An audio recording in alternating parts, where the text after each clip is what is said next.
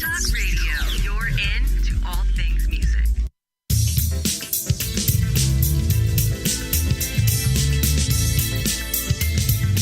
May the best brand win with Scott Robertson's Music Biz Marketing Strategies. Now, here's your host, Scott Robertson.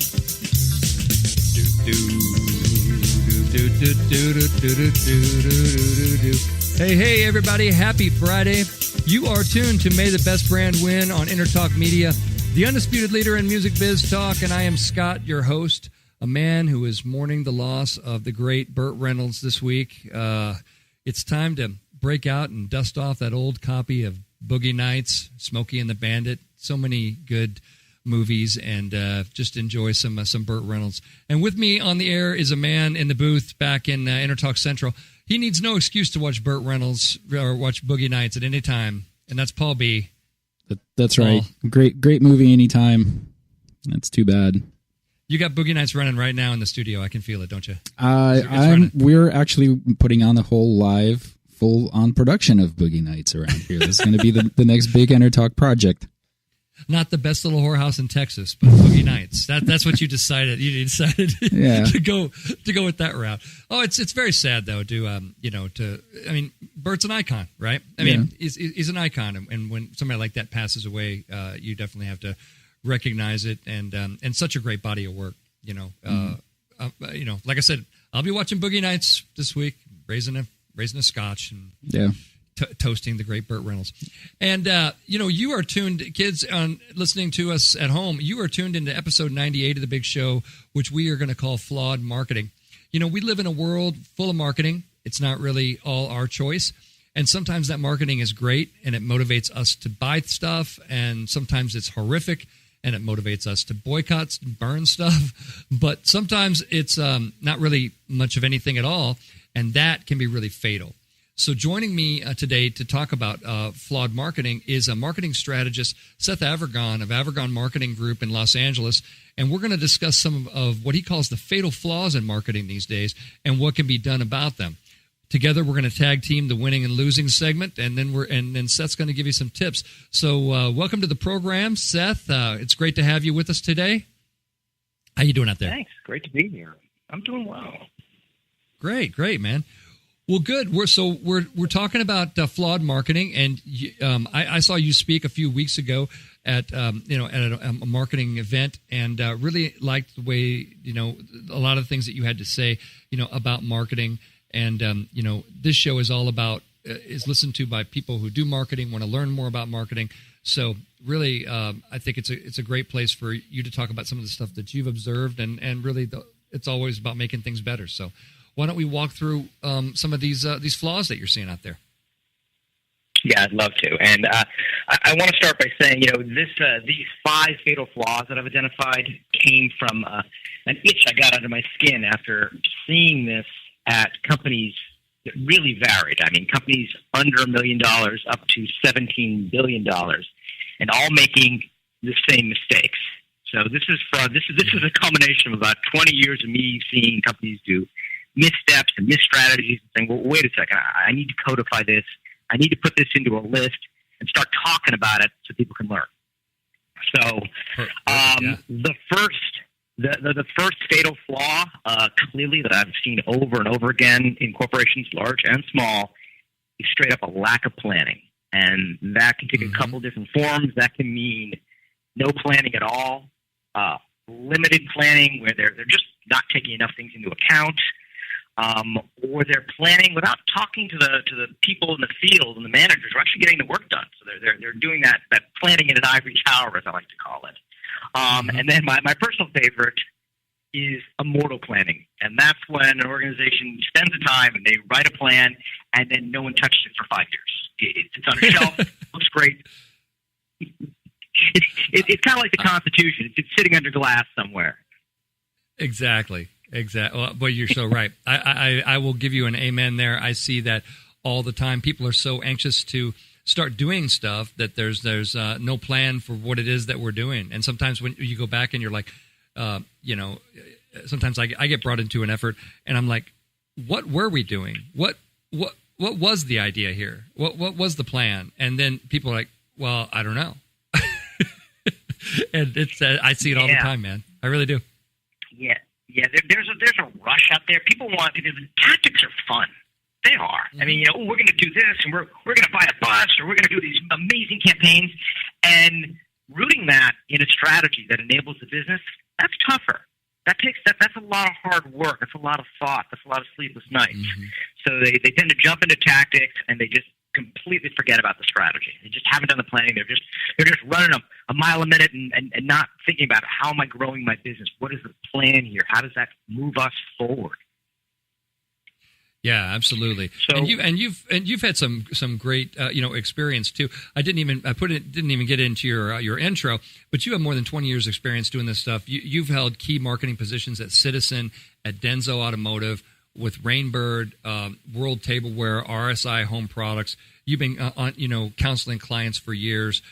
So this is all kind of stuff that you've discovered through that journey, I'm guessing. Yeah. I've been in this field. I've been playing this game for a long time, and I love what I do. I love marketing.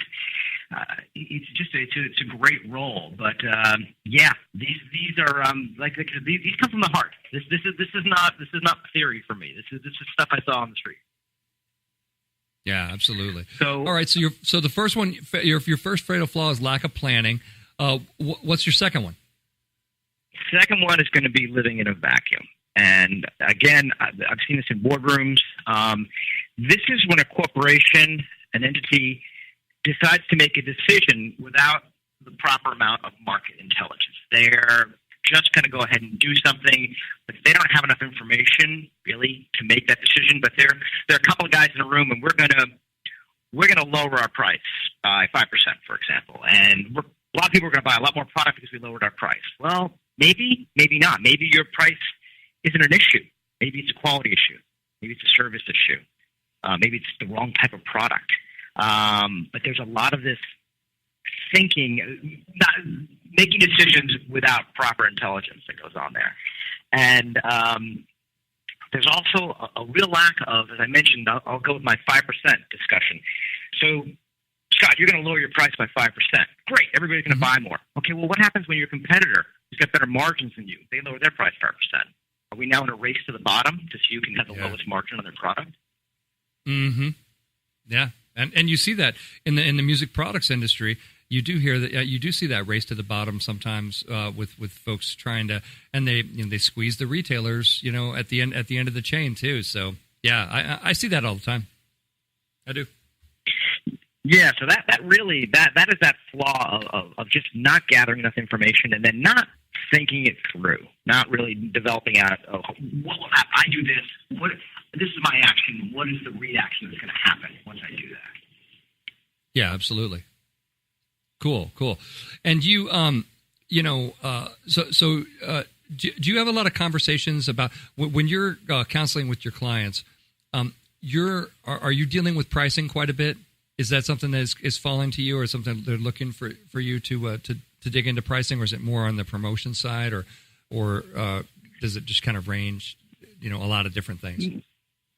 It ranges, but I do get into pricing because I'm doing competitive analyses. Right? If I'm figuring out how I'm going to promote a product or a service, I need to understand where they fit in the marketplace, and so that gets into pricing analysis and benchmarking. So yeah, you really need to have that sense of who they are in the market, and does the price match with their position, and how's your competitor coming at them? So yes, is the answer. Well, absolutely. So basically, living in a vacuum, that's a bad thing. Now, what's your third fatal flaw for us? Third fatal flaw is going to be underspending, and this one gets tricky because it's historically marketing departments are given a budget by accounting or finance to say you're getting this much this year to spend. Yep. And where that number came from is hard to say. What accounting had left, I don't know. But there is there's a lot of underspending out there, and it's usually based on false assumptions about they read somewhere, marketing should be X percentage of revenue or it should be Y percent of revenue, and that's supposed to be on the marketing department to do that due diligence of where we should be, what we need to spend. But it tends to come from the top down. So that is a huge problem. Yeah. Oh, absolutely. I see that all the time. And, why do you think people underspend on marketing? It's a great question. Honestly, I think it's because a lot of folks at the C-level, majority of them come from finance and accounting backgrounds, don't understand marketing. And so they view it as a black hole. They view it purely as a cost. And let me say very plainly, very clearly, that marketing is a revenue producer. If you do not view marketing as a revenue producer for your organization, you're not using marketing properly. Yeah, I see what you mean. So basically, you go in and say, look, we're going to produce revenue, but there is an initial investment required, and you kind of try to speak to that financier side of things that say, oh, okay, well, there's a you're going to be able to sell this property. Like a real estate kind of analogy, you're going to be able to sell this property, in 5 years and make 20%, but you're going to have to buy it right now, that kind of thing. Absolutely, and you nailed it. It's an investment. Whereas sales is responsible for short-term growth, marketing is responsible for long-term growth. You're going to make that investment in me and my marketing team, and we're going to say, okay, we're going to produce you a 20% return over a certain period of time based on what we understand of the market and what we're going to do. So, and there needs to be that's on marketing. They need to clearly say, okay, we need this, and if you give us this, we will get you that, and that matches what you want in terms of growing your organization. If you want to double your company in 5 years, this is what I need to make that happen. Yeah, absolutely. And you said in your talk that I heard that you've got some numbers from Gartner Group about what companies are spending in terms of their as a percentage of their annual revenue on marketing. What does that look like? Yeah, great question. So historically, I mean, the numbers are all over the place, right? I've seen numbers from 1% to 20%. If you go to the SBA, they'll say, hey, if you're a company under $5 million, you should be spending 7 to 8%. The newer information from Gartner that you mentioned, they're talking now closer to roughly 10% of annual revenue on overall marketing. So yeah, that's that number. Yeah, go ahead. I could see that, and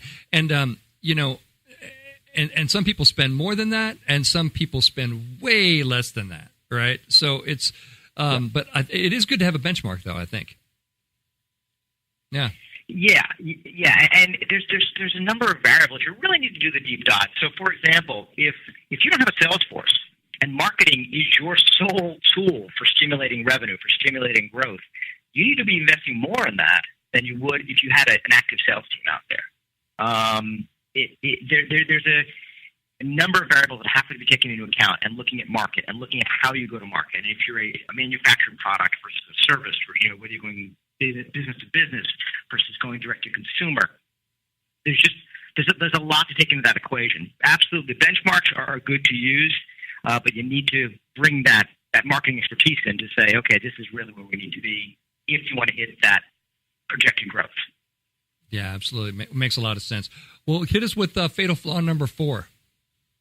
Absolutely. Now, 4 and 5 kind of go together, but let's start with 4. So, okay. 4 is a fear of failure, and this is just organizations that have been doing things a certain way for a certain length of time, and they may want to grow, but they're not going to try anything different. So they're just simply doing the same thing over and over and over again. Right? You know that definition of insanity. You're expecting different results, but you keep doing the same thing over and over. That's this flaw. And you're, well, we've always done it this way. Well, okay, but you're looking to grow now, right? But they get scared. So they're and how that manifests itself is they don't, not only do they not invest the dollars, they don't invest the manpower, and they don't invest in the proper oversight and program management to be successful. So if they do try something, it's half-hearted, and it's not going to get there. Yeah, that's true. I mean, part of that is just being human, and we don't like to change stuff. But part of it just comes from kind of being comfortable and or lazy, and not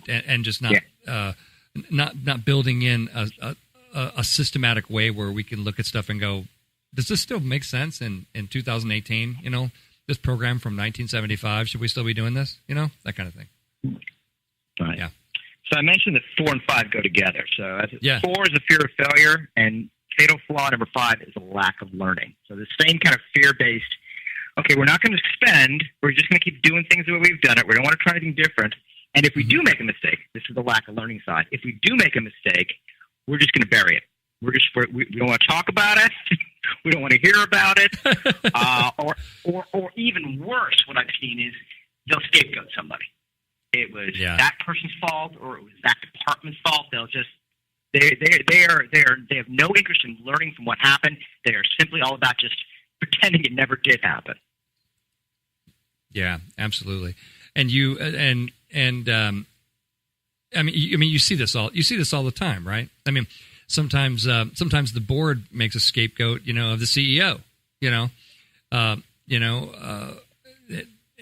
Sometimes the CEO has done something dumb, and sometimes they haven't, and they're, you know, just kind of taking the blast for a whole bunch of guilty people, like the Wells Fargo crisis, you know, for example, which, you know, you had this just built-in culture of deception sort of built through the entire organization, and then they tried to kind of say, well, it was I mean they built in incentive programs to do, you know, false things to customers. So it's like that requires a lot of work. That's not just one guy lying. That's a systematic. We're building our foundation on, you know, lies and deception, and that sort of thing. And, you know, not a good idea for anybody to want to do that. But so on the lack of learning, how do you broach that with somebody if you notice they're doing something like that? How do you broach it? You know, how do you bring that subject up to them? Well, normally I ask. I said, okay, well, you ran this program from this date to this date. What did your final analysis look like of the program? And that's going to give me a real big hint. If they say, well, we did the final analysis and we sat down and we talked to all the stakeholders involved, and these were the takeaways. I know that they're learning. I know that they're actively involved in learning about what happened. If they said, well, you know, we just did it and it's done. Okay, that's a hint that they're really they're not doing their work after. I mean, that's you can put together a program, you can execute a program. If you're not doing the final analysis, then was it a winner? Was it a loser? I don't know. Well, that's awesome, Seth. Thanks very much. And you guys are tuned to May the Best Brand Win on Entertalk Media, the undisputed leader in music biz talk. Come on back. Seth and I are going to tag team the who's winning and losing this week. We'll see you in a few minutes. Thanks.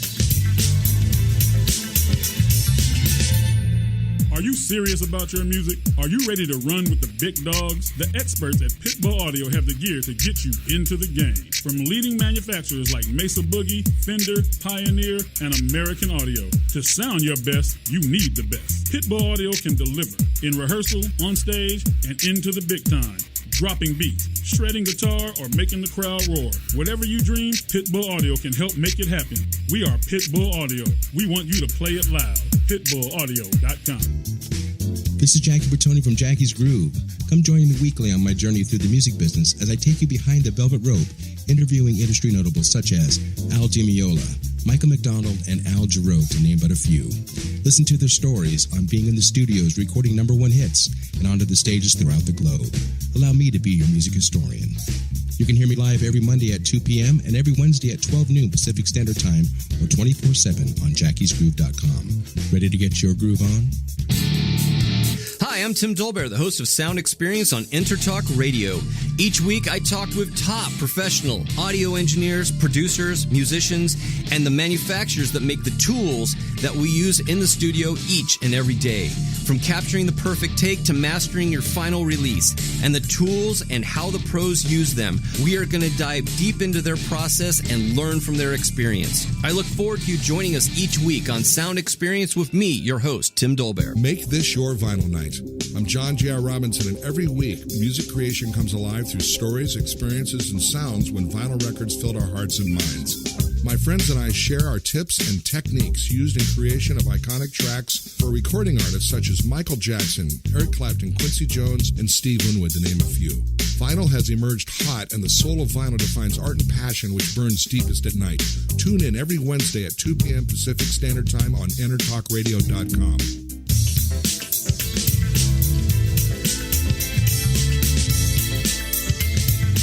May the best brand win with Scott Robertson's Music Biz Marketing Strategies. Now, here's your host, Scott Robertson.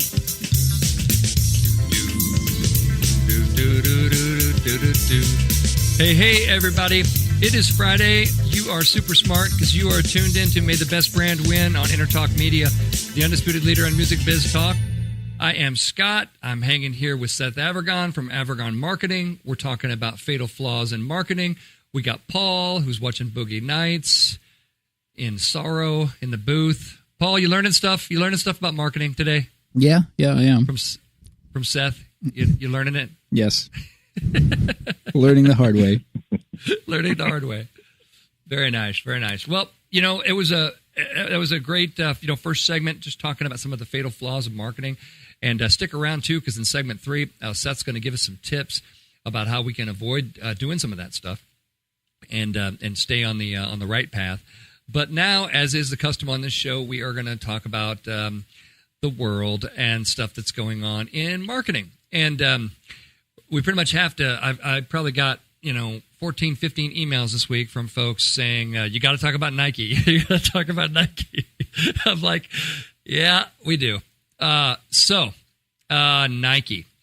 Nike, as this week, as I'm sure you all know, but just in case, they selected Colin Kaepernick for the 30th anniversary of their Just Do It ad campaign, and to some sort of mixed reviews at best. Basically, they, I guess it's been kind of a wave that we've watched all week, right? At first, it was kind of like the share price dropped, and then folks were boycotting, the brand, and they're not going to watch the game now, and all kinds of stuff. And now it seems like by Friday here we've kind of settled down a bit. It seems like it's a little bit more settled. But anyway, I've got some thoughts on it, but I wanted to open it up to Seth. Obviously, Seth's a marketing expert. He's looking at this from a lot of different angles as well, and Seth had some really good points about Nike. So I'm going to just turn it over to Seth here. And Seth, what did you think about this whole Nike storm this week? The thing that first fascinated me was, and I think I mentioned this to you, 15, 20 years ago, you would never, as a company, take a controversy. You would stay away from anything controversial or anything political, right? You sell shoes. That's what you do. You don't want to do that. You don't want to touch any of these areas. But there's been a shift in the consumer where, especially millennials and Generation Z coming up, they are looking to get involved with brands that make a stance that they can be in touch with emotionally. So Nike's taking a calculated risk. They really are. It's a risky move. I'm sure somebody did the math, and you got to look at, let's say, 80% of their clients. Let's say 80% of their customers like Kaepernick, and 20% don't like his stance. So you got to say, okay, of that 80%, are they going to buy? Is the brand lift? Are they going to buy enough product, more product than they normally do, to offset the 20% and how much less they're going to buy? That's tough math. Yeah, I can definitely see that, and the marketing community is really kind of split on this too. I've seen editorials like in PR Week that said this is the right risk for them to take, and it's a good thing. And I've seen people that say this is brand suicide, and the CEO is going to get fired, and there's all kinds of bad stuff coming for them in the future. I think the truth is probably somewhere in the middle of that. To be honest, I think I don't think that it's going to be the end of Nike by any stretch, and I don't think that. But and my point is, and I think Seth and I have been talking about this all week as we've been watching this one, and know we're going to talk about it on the show. I think it is sort of marketing's job to be able to sort of assess the what we always talk about in marketing is kind of downside risk versus upside potential, and I think for me, the downside risk of this is too much to justify whatever the gain is going to be on whatever somebody imagines the gain to be on the plus side. Because I think that I mean, you have colleges that are saying we're not going to have the Nike swoosh on our stuff. I mean, so that jeopardizes their industrial relationships about being a uniform supplier. They have, Nike sort of intentionally created a public relations crisis for itself, and that is just not smart, in my opinion. I think because you don't know which way the ocean's going to turn on you, and it reminds me a little bit of Bill Cosby. Bill Cosby, basically came out in 2013 and asked the internet to meme him and said, "Oh yeah, go ahead and meme me. It'll be great. I can take it. And because of that decision, it absolutely brought all of this stuff, back to light. It completely destroyed him. So I think that people sometimes start playing with the spark, and they don't quite know that there's a big California forest on the other side of it that's going to catch fire, and they're not going to have a fire department that can put it out. And and to me, the Nike situation, I always kind of look at it as, is there a way that they could have gotten the upside or some upside without the downside? And to me, that would be a better win, right? But I can see your point too, that they said maybe they said, look, we don't think we can penetrate, without this, and we just, we feel like this is a hill that we want to we're going to take the shots. I mean, it's a really, there's no right or wrong answer. Everybody's divided on this one. Like I said, my side of it wouldn't have been my choice, but I think everybody agrees it's a risky move. It's funny you're talking about, and you nailed it. I mean, they are encouraging a media firestorm on this one. They're getting a lot of press, but clearly they're getting a lot of attention. Whether or not it's the right kind of attention is another question. Sure. You actually reminded me of the LifeLock guy. Remember him when he encouraged you to try to hack his thing? Yeah, that worked out really well for him too. Yeah. Exactly. Yeah, go ahead and try to. It's like sometimes when clients, you ever have them, they raise their hand and they go, "We should have the internet name this product." It's like I try to throw something. If I can throw something at them at that moment, I do. Whatever's close by, I just hit them with whatever's close, and I'm just like, don't ever make that suggestion in this room again. It's like you never want the internet to name anything that you're associated with. That is never going to work out for you. Oh my God! And there's just so many examples. So I just think that it'll be interesting to continue to kind of watch this and see it. It does seem to have settled down a bit. I've just noticed it does seem that it had its kind of burst, and now it seems like it's kind of settling down, and people are moving on. I don't know. in a week's time, I guess. Oh man! But I'm gonna, I think Seth, we're gonna do like a Cisco and Ebert thing. I think Seth's gonna give it thumbs up and say that it's a worth the risk. He's gonna say winning. I'm probably gonna say losing. Because I think there was probably a way to have done it without involving quite so much risk. And I don't know. But I guess time will tell, and we'll see if people are, boycotting and burning products forever. Then we'll kind of have to see. As long as they're buying them first and then burning them, right? It's still a win. Exactly. It's yeah. I mean, I told you I was going to do a show on boycotts, right? Because I think it's just kind of our gut thing is to go to boycotts.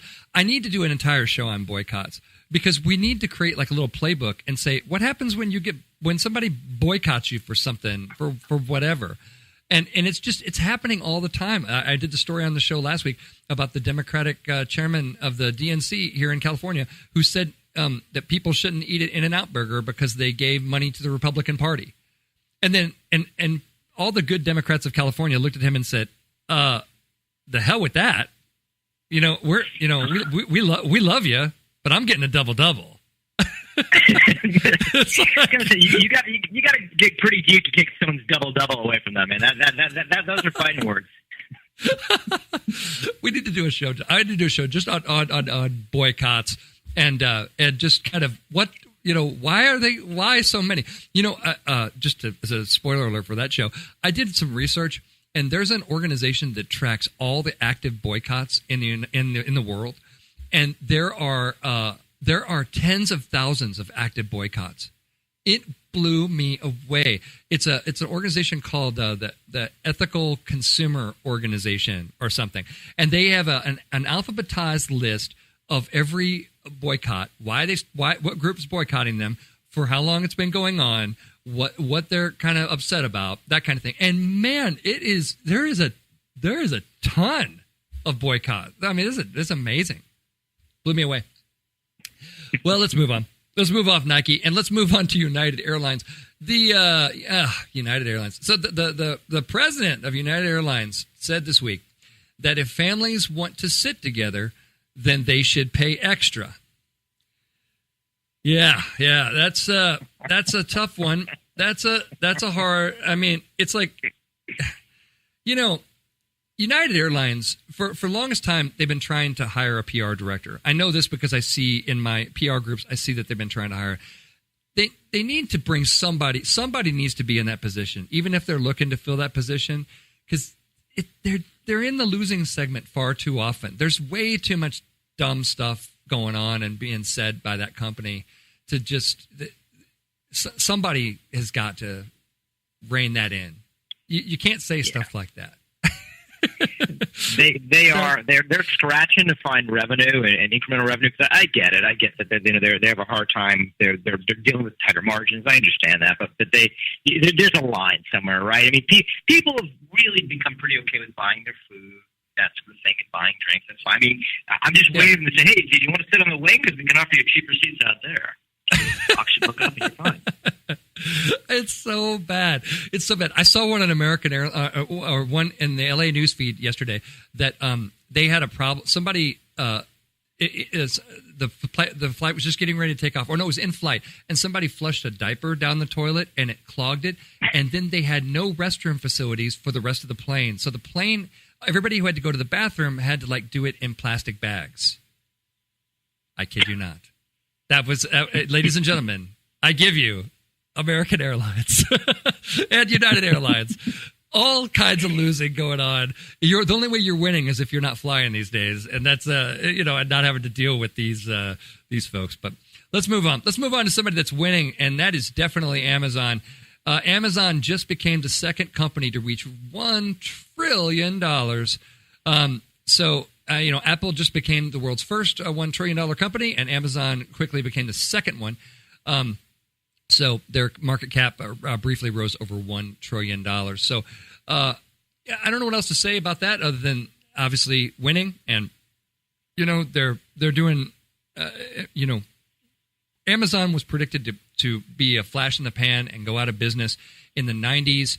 And it just, hung around and listened to customers and became more efficient and did a better job at serving customers than everybody else. And, to me, they're deserving of it. I think that they're deserving of a market cap of like that, because they've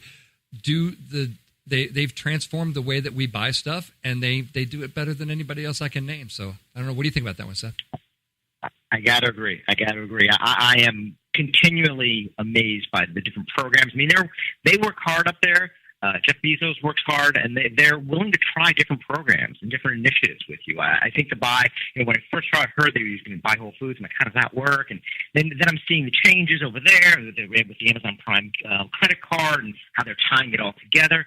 They're out there swinging, and if the stuff doesn't work, they move on. But they do their homework. You nailed it. They listen to the consumer, and they're not going to stop until you're buying everything from them. They want to corner the market, and they've said publicly that they want to really improve the grocery buying experience. Of course, that's why they bought Whole Foods, and a lot of people have said that the grocery market is really ripe for disruption because of you have to go to the store, you have to fill a cart with stuff, you have to go put it under a conveyor belt of stuff, you have to kind of do other things, and Amazon's like, we can take all of those steps away, and just drop stuff, at right on your doorstep and that kind of stuff, and they could be a really disruptive force, or they could force other giants in that space to move to a different model, much more quickly, instead of a big store that you fill up a cart with, so interesting stuff. Who's I don't know if this is losing or winning. We'll just report it. So, Gibson Brands announced that all of the major shareholders or stakeholders in the company's Chapter 11 cases have reached a settlement with respect to the plan's reorg, and means the company will be able to emerge from Chapter 11 bankruptcy protection within a month. Now, and that's great. Winning, love it. Love Gibson guitars myself. Happy to see it. Love to see all my friends over there, still, swinging. But Henry Juskowitz, the chairman and CEO, will have to step down from his position as CEO and really assume a role of a consultant to the company. And then a couple of things about the restructuring too that a lot of people may not know is this portfolio of companies that makes up of Gibson brands may be broken up. The fact that Philips Electronics is in there, Baldwin Pianos is in there. They have KRK monitors. They have a number of different kind of sub brands and sub companies, and it's unclear right now whether they're just going to be making guitars or are they going to be making guitars and pianos. To me that part is still hasn't really been reported widely. My money would say that they're going to get rid of Philips. That Philips Electronics is the company that's dragging down that whole valuation, and I would bet money that they part ways with Philips sooner than later. Seth, what'd you think of that story? Yeah, it's a win. I'll call that a win. It's not as exciting a win as hitting $1 trillion, but coming out of bankruptcy and emerging from that and being able to say, hey, we're gonna be able to play like a regular company again. That's a win, and I'm with you. I think focusing on their core competencies. And getting back to focusing on the music side of things is where they really need to be. Yeah, absolutely. And you see that sometimes that companies they Henry is a good guy. He had a grand vision of trying to kind of be what's interesting is he always called himself, he wanted to be a lifestyle brand of music, and he called himself the Nike of the music industry. Probably don't want to call yourself that this week, but I'm just saying.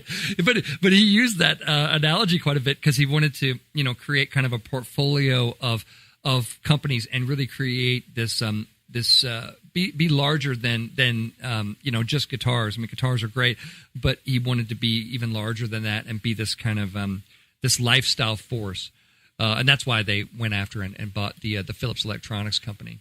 But of course, consumer electronics is a tough business, and it costs a lot of money to compete in consumer electronics. A lot more money than the music products industry has, certainly. So, well, I think we're just about out of time for this segment. And here's the music. There it is. So, you are super smart because you are tuned in to May the Best Brand Win on Entertalk Media, the undisputed leader on Music Biz Talk. Come on back, and Seth is going to give us some of his tips about how to avoid some of those fatal flaws. Come on back. We'll see you in a few minutes.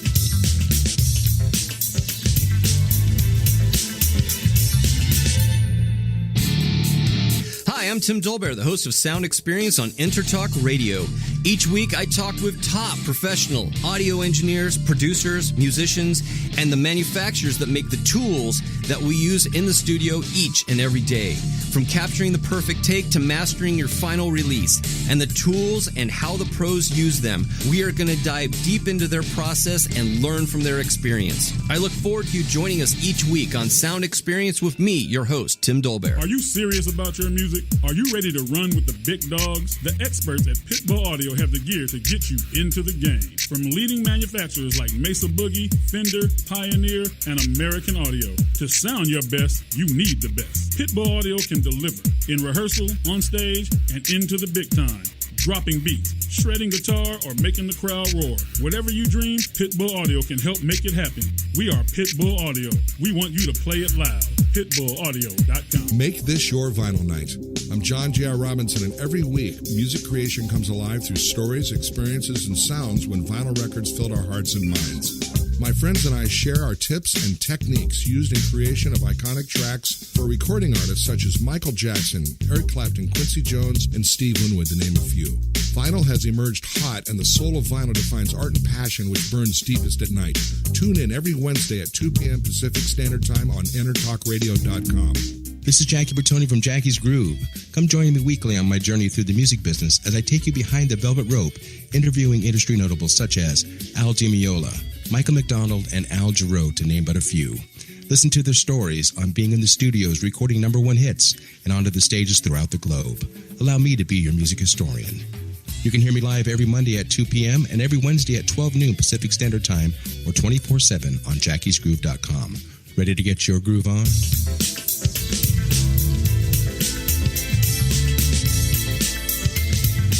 May the best brand win with Scott Robertson's Music Biz Marketing Strategies. Now, here's your host, Scott Robertson.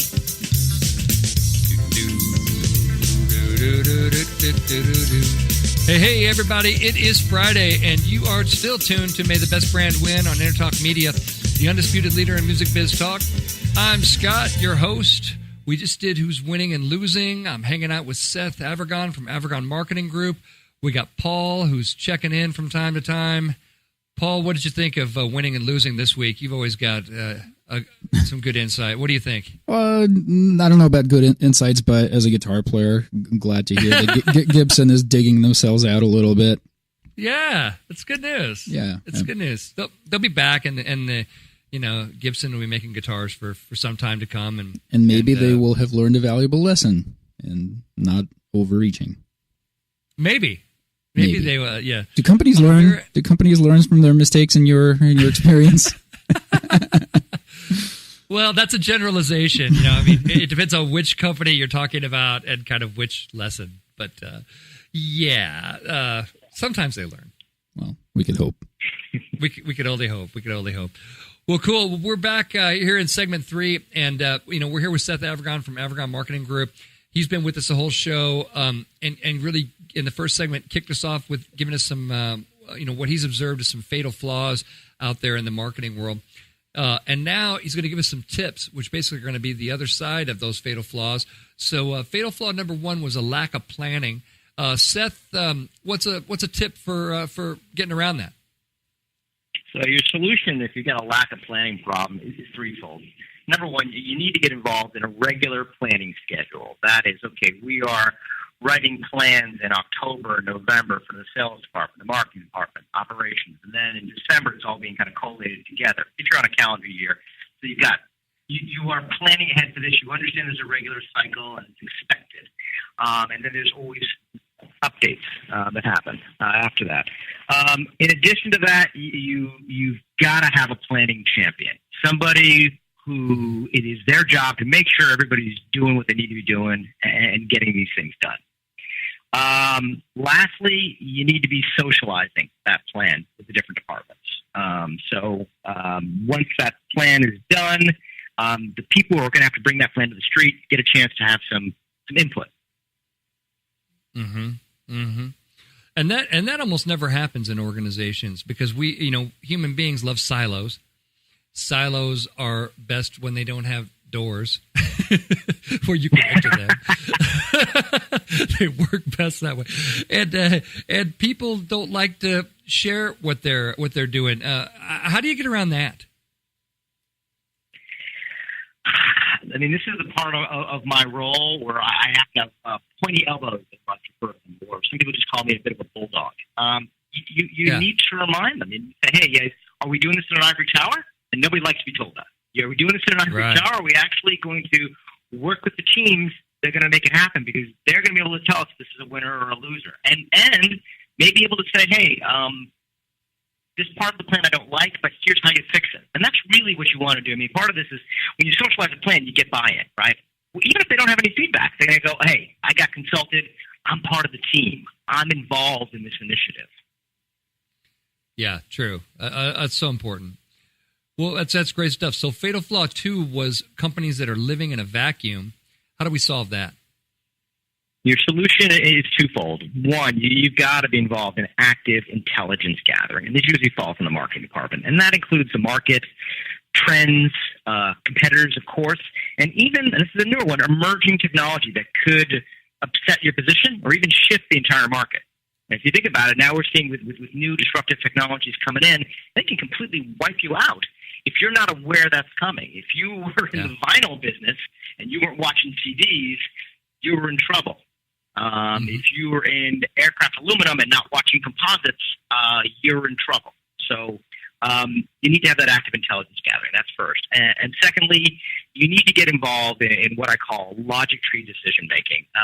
That is I'm going to do this action. What's the reaction? And the military is really good at this. They plan for, okay, if we do this and something goes wrong, how do we counter for that?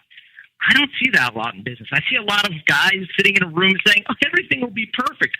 We will do this initiative. We will do this campaign. My older example, we will drop our price 10%, and everyone will buy our stuff." And that's just not the way the world works. Yeah, absolutely. And some of that active intelligence gathering. So you recommend that there's folks going to different events in the industry. I mean, how active is it? Or are people out actually outside the company on the street, talking to people? Is it more of a, marketing departments just, searching websites and reading reports? I mean, how active are we talking? It needs to be who's doing it. Usually, it's going to fall under the marketing department. It needs to be part of the marketing department's KPIs. It needs to be one of their key performance indicators. It needs to be one of their initiatives. So I've been the guy, and that can mean getting to a trade show half an hour early and walking around and to get competitor information. That can include going to events, as you mentioned, searching their website. But you can't be running around with a pair of horse blinders, with a pair of blinders on. You need to really be watching. Again, these shifts in the industry and shifts in competition. So if marketing's not doing it, the C-level needs to be doing it. Somebody's got to get assigned the job, though. Oh, absolutely. Well, fatal flaw number 3 was not spending enough money, underspending. And what is the solution? Giving all your money to Scott and Seth. Write your checks, make your checks payable to. Now, what's the solution? So the first part of that solution is, you need to understand, and I mentioned this earlier, that, hey, marketing is revenue, it's an investment. So once you've got that, okay, you need to calculate your budget for marketing based on where you want to go with the company. So based on projected income and growth. So if you, for example, are a $5 million company and you want to be a $10 million company, you don't base your marketing department budget on a $5 million company. You say, okay, we're going to grow to $10 million. I want to go to $10 million marketing. What does that mean? What do you need to do to make that happen? And then marketing's got to take that information. This is the second part and say, okay, you need to grow. We're going to develop a marketing plan for you, and we're going to recommend, based on our assumptions, based on what we know about the market, based on what we know we're going to need to commit to in campaigns and our cost per lead conversion and our co-op programs if we have them. This is what I'm going to need for money. But you set the goal out there. You assume it's an investment, then you throw it back in marketing and go, okay, develop a plan for me and tell me what you need dollar-wise based on this is the outcome that I want. Smart. And I would imagine you measure that at various times during the course of the year so you can kind of course correct a bit.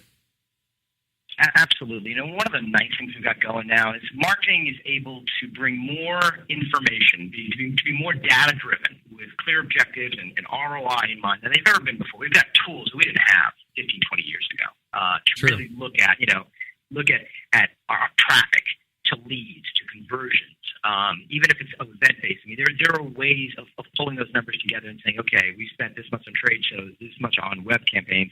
What's bringing in the dollars? What is giving us conversions? Bottom right, top line growth. That's marketing's call to arms. Yeah, absolutely. Well, we do see that underspending, problem there, and those are some good ways to, to address it. So let's look at fatal flaw number 4, which is a fear of failure. And what do you recommend for that? So the first part is 4 and 5 are both going to involve a little bit of a mind shift. So the first part of 4 that I would tell you, and I tell my clients, is if you're in marketing, you need to become comfortable being uncomfortable. It comes with the job. And I'm not saying you're pulling your hair out at night. I'm not saying you're losing sleep, but you're stretching. You're going to accept that I am going to try things. I am going to be doing A/B testing. I'm going to be testing and testing campaigns and measuring and then retesting. I'm going to be out on that outside edge, trying to find where growth happens. Nobody grows from comfort, right? Nobody grows from sitting. What's that saying? Ships are built to sail. They don't look good in harbors. That sort of thing. Yeah, no kidding. Yeah, I can see that. So I'm screwing up that quote, but it's and the other thing is on fear of failure. If you don't have the skill sets in house, we live in a gig economy now. There are plenty of specialists out there that you can bring in to help you do these things if you don't feel you have the skill set. Yeah, absolutely. That's why I get brought in. Lots of people are like, oh, I'm not calling all those editors and dealing with all that nonsense. Let's have Scott do it. I'm like, I'll do it. Sure, why not? Let's we'll chat. But no, it's very it's an important point. I think that how does it go over when you're talking about people about the idea that they're going to be uncomfortable, and especially folks that maybe aren't in marketing? How does that go over? It tends to go over pretty well. I mean, I tend to take things head on with my clients, and that concept of a little bit uncomfortable, stretching a little bit. And remember, I'm there pushing them along, right. So I can see when they start to sweat. And I'll even say, "Are you a little uncomfortable?" "Yes, I am." "Good, because that's where we should be as a company." And so you're going to get a little. And if it's too much, you got to pull it back. You can't. When your client has a heart attack and they're convulsing on the floor, it's a bad deal. You don't get paid. Terrible. So you need to kind of spoon feed it to them, but most of them kind of get it. They brought you in, so they knew they bring you in, they bring me in. They know they're doing something wrong, and they need to bring in outside help. So they're half the way there already. Yeah, definitely. That's definitely true. Well, cool. Well, the last flaw that you mentioned was a lack of learning, and what is what are some solutions there? So, and as I mentioned before, 4 and 5 kind of go together. And of course, the first part of the solution to a lack of learning is a mind shift. You have to accept the fact that as a companies and individuals are going to make mistakes. Where the rubber hits the road, where the growth happens, is if you get into a rigorous, what I call a post-mortem process. After you do your initiative, you sit down and you say, hey, what worked and what was really challenging to us? Because what you're going to often find, if you get into doing these postmortems and these analyses, what you're often going to find is that your best initiatives will have components from the initiatives that really were awful, the programs, the campaigns that just didn't frickin' work. But you're going to find an element in there, that was a really cool thing we did there. If we just fixed this other part over here that was a bomb, this could work for us. Yeah. Absolutely. I could see that. I used to work for NAMM and the NAMM show, and after every trade show, big trade show in the music industry, and after every trade show, we would sit down, with our team and kind of and do kind of analysis of kind of what's working, what's not working, what should we stop doing, and what should we start doing, and we always found things, I thought that was a really a nice framework to be able to, especially to be able to stop doing things, because there were a lot of things on there that we were like, where we're kind of looking around each other and we're like, why are we doing this? Why is this feature of the trade show still here? Nobody cares about this anymore. That kind of thing, and it allowed us to kind of take a critical look at that and get rid of some some things in terms of planning that. So I can definitely see, the advantage of, kind of having some of that kind of process. Very cool. Well, good. Really appreciate the tips and the solutions. We got a couple minutes left, so I just want to make sure that you had the opportunity, Seth. It's been great having you on the show, and I definitely want to can maybe give your contact information and let them know kind of what types of organizations that you like working with and that kind of thing, so they can be thinking of you. Sure. Do you want? I can give it. So it's avergonmarketing.com. A is in Alpha, V is in Victory, ERGO, N is in November. Avergonmarketing.com. And the thing's a little different about my organization. What I do, I formed AMG. I think I might have told you this because I formed something that I wanted to exist. I wanted an organization that focused on strategy and then would assist in implementation. Because the world I saw had MBAs over here, and they write marketing plans and business plans, and they all hand them to you and say, have a nice day. And then you've got agencies, and they do all the tactical work, but they don't do business strategy. So I wanted something that did a little bit of both. So that's kind of where I focus. Nice. Those organizations that need the strategy, and then they need someone to come in and, hey, could you just make sure we're doing what we're supposed to be doing here? So strategy and implementation. Very nice. And what types of companies are you bringing on as clients these days? Industry-wise, I work with a number of manufacturers. I get into service companies occasionally. I've got some financial services companies right now. I've worked with consumer products. Most of my organizations tend to be, let's say, 10 to 100 million in terms of sales. It's kind of where I play, but there's no standard for me. As soon as I say that, I'll get a call from somebody in a different industry or below that mark. But that kind of tends to be my sweet spot. Yeah, absolutely. Now, is there a category of companies? I mean, you mentioned that sometimes. I mean, we've been talking about kind of the lack of strategy, kind of throughout. Is there a particular, type of company that, like, that you find that does strategy poorly, like all the time, or that you find, are there patterns that you notice in those kind of things? I'm just curious. Yeah, it's a great question. So your biggest offenders tend to be product manufacturers, simply because there's a lot of this. If we build it, they will come. Thinking. Yeah. And I've worked with a number of Japanese companies as well, and especially if they say, "Look, we build a tremendous," and they do. We build a great product. We benchmark. We test and retest. They're very engineering focused. And look, this is a great product. I'm like, that's terrific, but just building a good product doesn't get it into the hands of that right audience. You need to have the right message, and you need to be focused on the right audience that cares about that message, and you need to be consistent about it, and the message needs to be something that they care about and that you can actually do. You can't say, I'm an innovator, this is an innovative product, when it isn't. So I love it. Believe me, you're preaching to the choir, man. I mean, I'm sitting here going, amen, Seth. I love it. Well, kids, what have we learned today? We learned that marketing in a lot of organization, we have some flaws out there, but those things really can be fixed. It's a big world, and Seth and I can't be expected to fix everything. So it's really going to be up to you to take what you learn here on the show and apply it, and make sure that the marketing that your company is doing is standing out, that it's amazing, and that you're creating those fantastic relationships that we, value so much. I'd like to thank Seth Avergon for hanging with me today. And on behalf of all of us here at Entertalk Radio, have a great weekend, and we'll see you next week. Thanks very much, Seth. Appreciate it very much, man. We'll see you. My pleasure. Thanks. Bye-bye.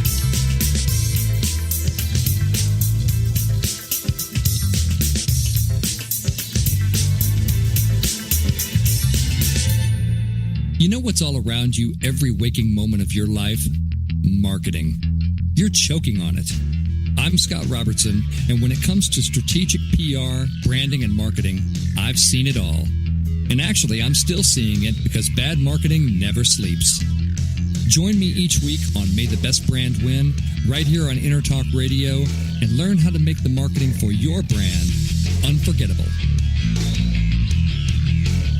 Hi, this is Tim Dolbear from Eclectica Studios. I'm a full-time mixing and recording engineer. I work with Grammy winners, labels, and indie artists, using state-of-the-art digital mixing and restoration tools and the very best in analog gear. Really, though, it's my ability to bring tracks to life and fulfill your vision for your music. This has made me sought after by producers and artists worldwide. So spend your time working on music and not chasing a mix down a rabbit hole. Go to timdolbear.com and check out our free one-song mix offer. Are you serious about your music? Are you ready to run with the big dogs? The experts at Pitbull Audio have the gear to get you into the game.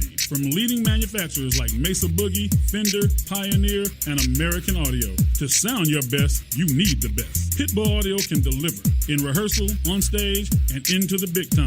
Dropping beats, shredding guitar, or making the crowd roar. Whatever you dream, Pitbull Audio can help make it happen. We are Pitbull Audio. We want you to play it loud.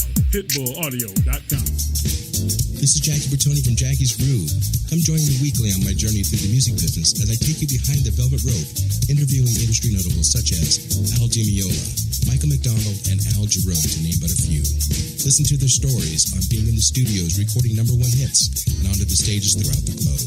Allow me to be your music historian. You can hear me live every Monday at 2 p.m. and every Wednesday at 12 noon Pacific Standard Time or 24/7 on jackiesgroove.com. Ready to get your groove on?